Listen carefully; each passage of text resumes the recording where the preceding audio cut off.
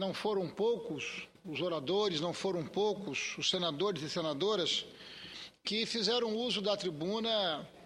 para louvar a importante, estratégica iniciativa adotada pelo governo federal em fazer uma escolha muito contundente pela primeira infância brasileira ao adotar, ampliar e intensificar ações que poderão fazer uma diferença muito grande, até porque, cientificamente, todos nós precisamos ter a consciência e precisamos estar comprometidos com o investimento em torno da primeira infância, por ser a base, por ser a estrutura, por ser o alicerce que tem enorme capacidade para projetar a qualidade e o futuro das nossas crianças. É na primeira infância que se dá as conexões neurológicas. É na primeira infância que você estrutura a capacidade cognitiva, não é? E, portanto, você estabelece ali as bases para uma construção em torno de uma vida que pode ser e tem tudo para ser uma vida saudável, competitiva, atrativa, que considere os valores fundamentais da vida, como a emoção, o afeto, a alegria, a capacidade de realização. Essa opção e essa escolha feita pelo governo federal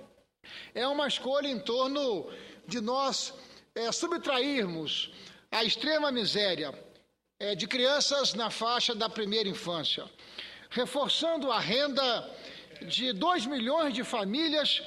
que têm crianças nessa faixa de idade, de 0 a 6 anos, e vivem em condição de extrema pobreza, particularmente no norte e no nordeste do nosso país, em que pese ser este um programa nacional, mas este é um programa que estará priorizando e focando nessas duas regiões, por serem as regiões que apresentam os mais complexos indicadores sociais. Além da ampliação da Bolsa Família, para que cada pessoa da família receba um mínimo de R$ 70 mensais, o programa Brasil Carinhoso, lançado nesta segunda-feira pela presidente Dilma, tem também o mérito de apostar na ampliação do número de creches e da cobertura de saúde para a primeira infância. A distribuição gratuita de remédios para asma nas farmácias populares, de vitamina A e de suplemento de ferro nas unidades básicas de saúde são, evidentemente, medidas mais que bem-vindas, que poderão se traduzir em excepcionais resultados quando elas estiverem já sendo implementadas, porque vão depender não apenas do governo federal, mas vai depender também fundamentalmente de uma boa parceria com os governos estaduais, com as prefeituras municipais, porque este é um programa que depende fundamentalmente do engajamento, essa que é a verdade, de todos os entes federados. E considero que talvez nesse conjunto de ações o maior mérito do programa Brasil Carinhoso é seguramente a focalização, a atenção numa faixa etária tantas vezes relegada a um segundo plano nas políticas públicas em nosso país. Uma faixa etária na qual estão incluídos 20 milhões de brasileirinhos e que é decisiva, como afirmado aqui em minha manifestação anteriormente, para o desenvolvimento físico, emocional e intelectual, do ser humano. Nas últimas décadas,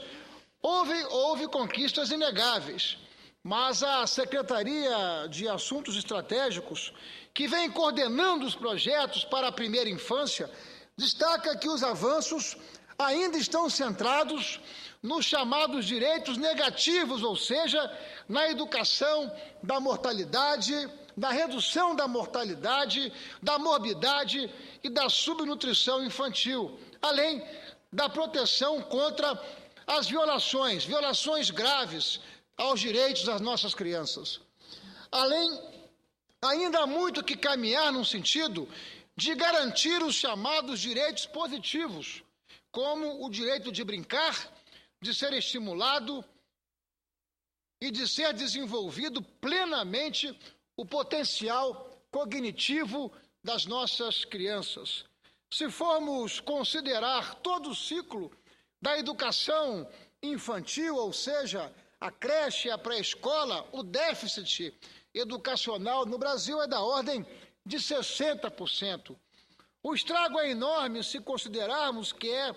nessa faixa de ensino que se constroem os primeiros alicerces do conhecimento e são dadas as ferramentas básicas para as próximas etapas educacionais, ou seja, no ensino básico, no ensino médio. Se você faz um bom e decisivo investimento na pré-escola, na primeira infância, a produtividade, o potencial das crianças vai crescer e vai crescer muito, porque é da oportunidade que se precisa para que o potencial e a vocação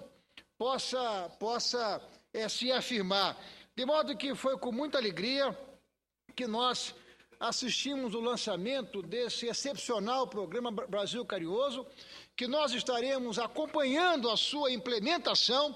para que ele possa, acelerado, produzir os resultados que está sendo preconizado. Além dessa manifestação, senhor presidente, eu quero registrar que participei agora à tarde de uma audiência pública no Supremo Tribunal Federal, audiência pública coordenada pelo ministro Fux. Essa audiência pública teve como tema, teve como meta a discussão da lei seca, tendo em vista a minha designação na Comissão de Constituição e Justiça pelo senador Eunício Oliveira. Na condição de relator, participei desta audiência pública e quero aqui ressaltar a importância de ver a nossa mais alta corte do nosso judiciário abrindo as suas portas, escancarando os seus canais de comunicação, ouvindo a sociedade civil, ouvindo especialistas das mais diversas áreas multidisciplinares, para que nós pudéssemos evoluir num juízo de valor em relação a esse tema tão caro às famílias do nosso país, a escalada da violência no trânsito brasileiro, a percepção e muitas vezes a certeza da impunidade. Em 2011 foram aproximadamente 45 mil vidas que foram ceifadas no trânsito brasileiro. E tantas outras que não foram consideradas, vidas que foram mutiladas, expectativas e horizontes que não foram e não estão sendo consideradas em função da epidemia que nós estamos assistindo no trânsito brasileiro. E grande parte dessa epidemia e desses acidentes fatais que têm se traduzido em muito sofrimento para as famílias brasileiras está lamentavelmente no casamento perverso, não é, do álcool e da direção, que tem não apenas representado uma banalização da vida, como um desrespeito profundo à convivência coletiva, não é? Porque todos nós precisamos entender que o meu direito termina onde começa o do meu semelhante, e que a vida em sociedade, que a vida coletiva exige que nós tenhamos um respeito muito grande, não apenas pela vida que Deus nos deu, mas também um respeito muito grande pela vida dos nossos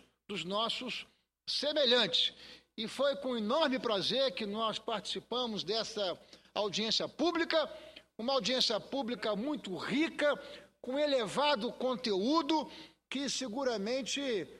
vai me ajudar, vai contribuir pelas informações técnicas, pelas informações científicas que nós pudemos colher nessa eficiente audiência pública feita no Supremo Tribunal Federal, senhor presidente, nesta tarde também coordenada pelo ministro Fux. A minha expectativa é, inclusive, que entre esta semana, senadora Ângela Portela, e a próxima semana, nós possamos, portanto, muito antes do recesso parlamentar, apresentar o meu parecer na Comissão de Constituição e Justiça, para que em seguida o plenário possa ser convocado e nós possamos votar a lei seca aqui no Senado, que possa se traduzir em regras mais rígidas e que essas regras possam eliminar, se não eliminar, diminuir substancialmente a impunidade e a violência que nós estamos vendo no trânsito em nosso país. Muito obrigado, senhor presidente. Muito obrigado, senhoras e senhores senadores.